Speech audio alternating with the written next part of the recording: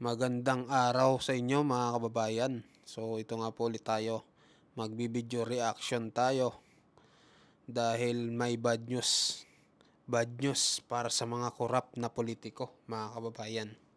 Ito nga pag-uusapan natin mga kababayan. Ito nga pong flood control project anomalies dahil iimbestigahan na ito ng bagong upo na senador na si Senador Rodante Marcoleta, dating congressman mga kababayan.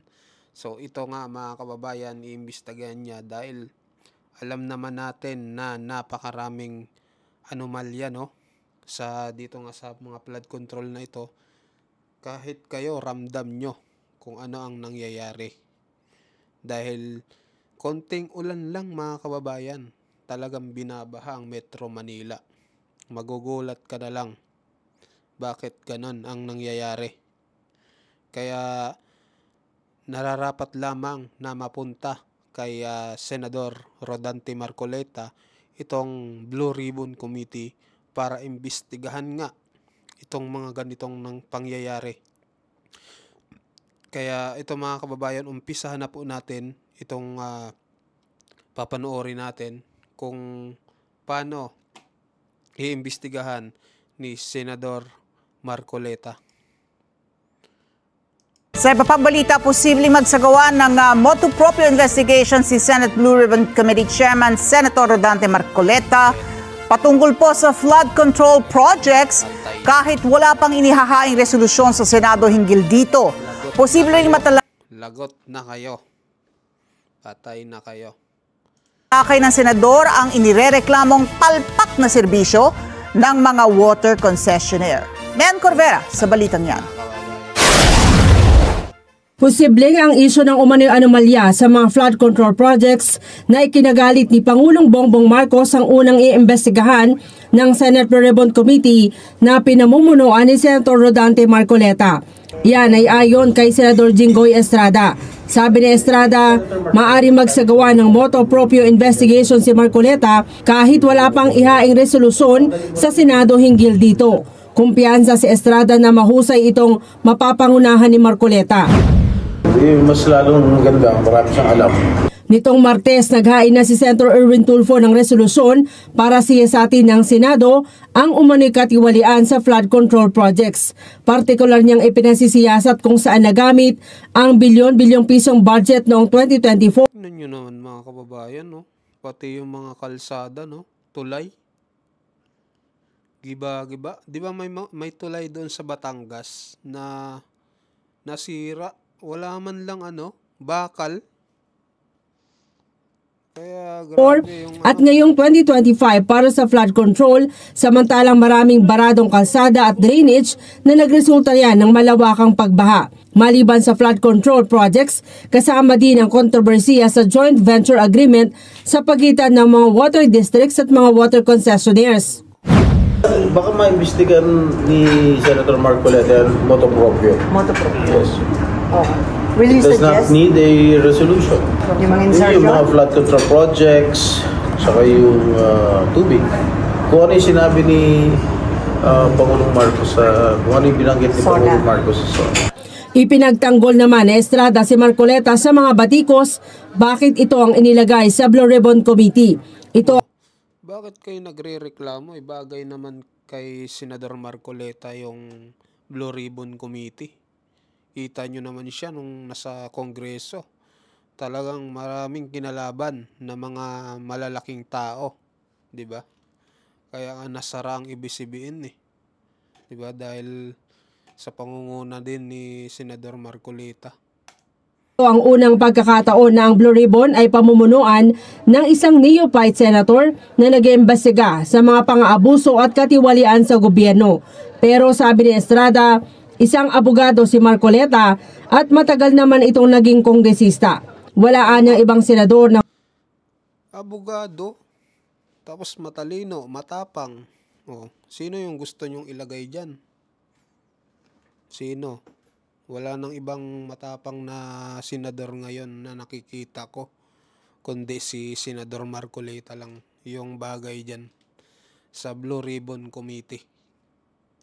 na humiling na pamunuan ng komite at iginit na walang naging kapalit ang pagbibigay ng Blue Ribbon Committee kay Marcoleta. Bukod dito, wala sa rules ng Senado na nagsasabing bawal na maging chairman ng makapangyarihang komite ang isang baguhang senador. Baka makatulong rin anya ang pagiging dating kongresista nito para madaling matukoy ang mga sinasabing kongresista na rumaraket umano bilang mga kontraktor. There's always a first time. And Sista na rumarakit na mga kontraktor. Patay. Mukhang mabubulilyaso yung mga kongresistang rumarakit bilang kontraktor Patay. Ito magkakaalaman na guys. Malalaman natin kung sino-sino yung mga kakontsaba, no? Dito sa anomaly sa flood control project. Mr. Marcoleta is highly qualified to head that committee. He being a lawyer, tanggalin mo na yung opposition siya. Sa aking palagay, o sa aking palagay, is highly qualified. He is fair. With all due respect. Tama ka, Senador Estrada. Qualified talaga si Senador Marcoleta. Qualified talaga, walang iba. Ekis na yung iba, Senador Marcoleta lang. Respect si Senator Marcoleta is fair. Yeah, sa tagal ko dyan Senado, this is the first time that a neophyte senator in an opposition at that ay hinawakan ang Blue Ribbon Committee. Dapat ba, Pero wala naman sa rules ng Senado na hindi pwede ibigay sa isang neophyte senator. Pagtiyak naman ni Marcoleta, magiging Alam nyo guys, si Senador Marcoleta, para kung baga sa babae version ng Senado, ay ng mga senador na nanggaling dyan sa Senado, parang si sino ba yung babae matapang? Miriam Defensor Santiago. Parang ganito to. Ito yung nakikita ko dito. Si Senador Marcoleta, parang si Miriam Defensor Santiago ito. Kaya aabangan natin yung mga gagawin nito dito sa Senado. patas siya sa pag-iimbestiga at hindi gagamitin ng komite sa personal na interes o pamumulitika. Sa paraan mo naman ng kung paano mo i-undertake yung investigasyon Kagaya nga ng nasabi mo kanina, kailangan ba, sinabi ni Senador Jinggoy, nakita niya na objective yan, fair yan. Opo. Kailangan maging fair ka, hindi yung tatakutin mo yung mga tao, gaya ng nangyari sa Parmali, pinakulong mo lahat. Kaya nga, panahon pa naman ng eleksyon, walang pumirma doon sa report mo. Tama. Pero kung hindi ganun ang paraan mo, hindi naman sa sinasabi ko na mas marunong tayo sa mga nangyari. Hindi. Kailangan nga, huwag kang magpersonal. Yan ang palagi nating sinasabi. Nauna lang na pinag-usapan natin yung angkor na yun. Opo. Eh kung angkor ka, puro personal ang sinasabi mo, paano makikinabang ang taong nakikinig sa'yo? Ayun. Ililigaw mo lang sila, mamimislead lang sila. Pero lahat ng gagawin mo, patas ka, parehas ka.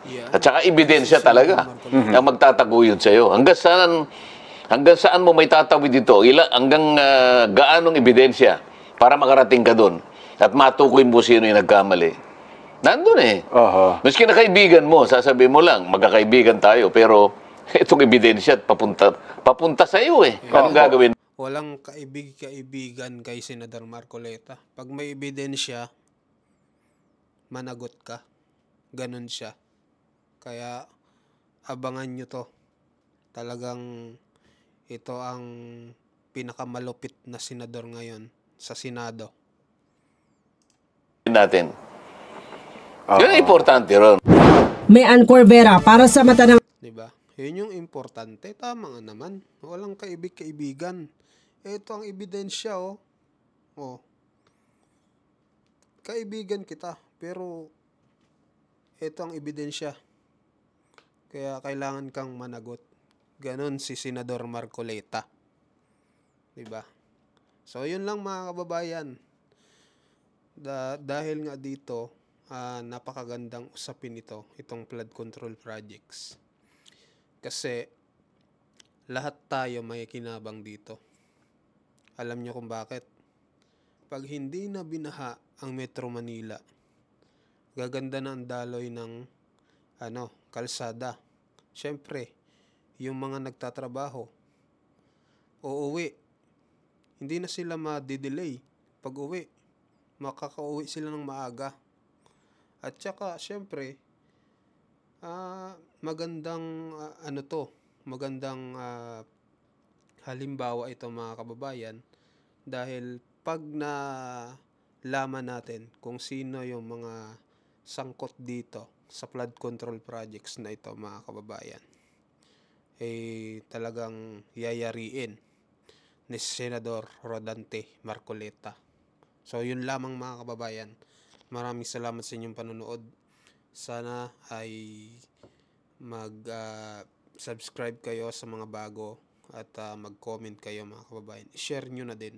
At sana panoorin nyo pa rin yung mga video reaction ko sa mga susunod kahit bago lamang tayo dito.